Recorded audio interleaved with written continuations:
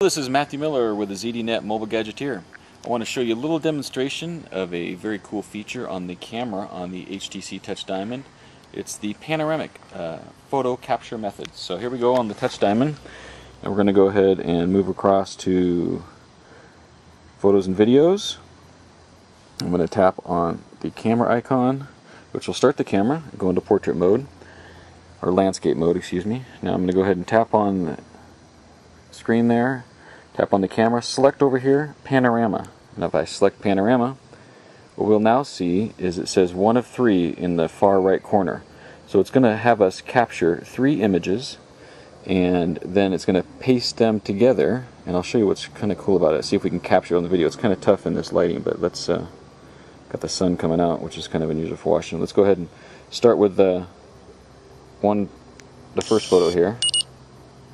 So there's the first photo, and now if you can see, there's about 1/3 of the screen overlay, and now I've got to try to match up, and there I go, match up the previous photo edge with that edge, shoot the next one, and then we move again over here to the last part, match up with, and you just overlay the left ghost image right on top, and then as close as you can, it doesn't have to be perfect as you'll see, and then take our last picture. Now what happens is it pastes it all together, and even if you're close, it'll still bring it in. So let's do another one here. My new yard. So there's picture 1. Now I see my house there, so we're going to move around. And this is a little easier to see. We can match up my house as close as we can to the first picture and shoot it. And then take the last. Let's see. Oh, I went too far. Go back. It's easy to match up. And you just try to get as close as you can and shoot. And as we can see, it'll paste it all together into a beautiful shot. And I'll actually post these panoramic shots on the blog. Thanks. Okay, a few more things I kind of wanted to show you on the Diamond. Some people have been asking about the response of the device and some of the behaviors that we've seen with it. A couple things that I have seen that I don't like is about once a day it just happens to lock up in my pocket and it won't reset. I actually have to take off the battery, so there's something going on with a bug there. I'll put in my review what firmware I have. I don't have it in front of me right here, but just want to show a couple things, like turn it on and off is fairly responsive. Hit the power button, turn it on, get it again. Some of the responsiveness on the TouchFlow 3D, as you can see, I'll go across. Some people have mentioned that there might be lag. In this part, scrolling right and left, there's no lag. If you go to say like something and start it, it will take a second for it to kind of start up that particular panel or that particular tab, but as you can see, it's actually pretty responsive. I do want to show you something I learned, a little Easter egg in the weather. Let's see if I can get it to work.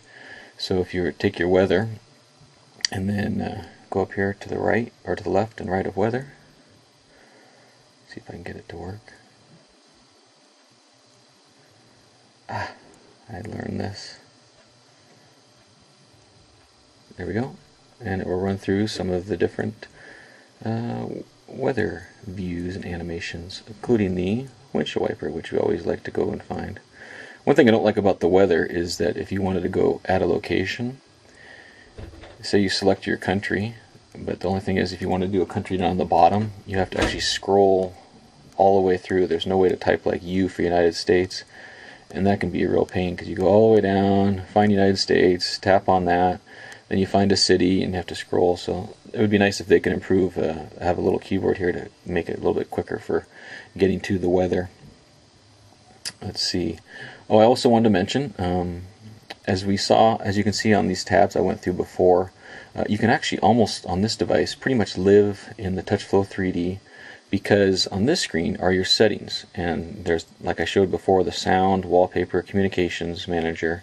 So pretty much most all of your settings. There's some more advanced settings which you can go into Windows Mobile if you wanted to, but for the novice user they might not need to.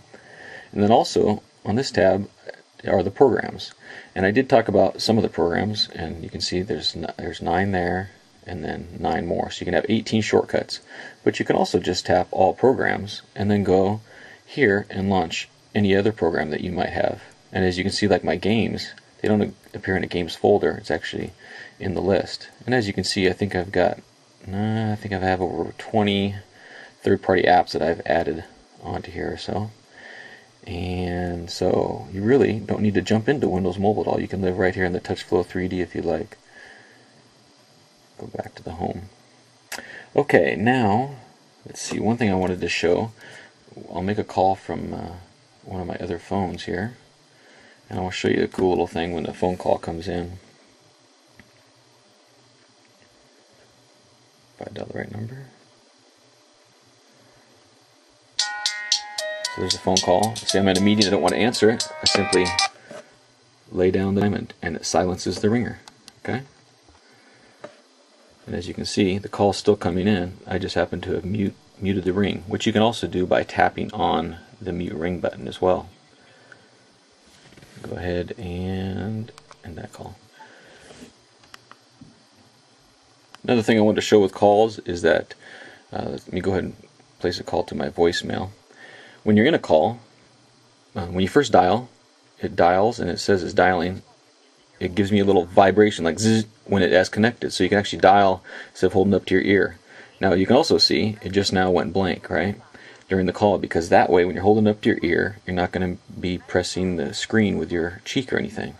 Now if you want to activate the screen again, some people have said that you touch the power button. You can actually simply touch a button down here on the lower directional pad and get it started back up again. Okay, and it'll then go dark again, and then you also can, I just go ahead and tap and end my call from there.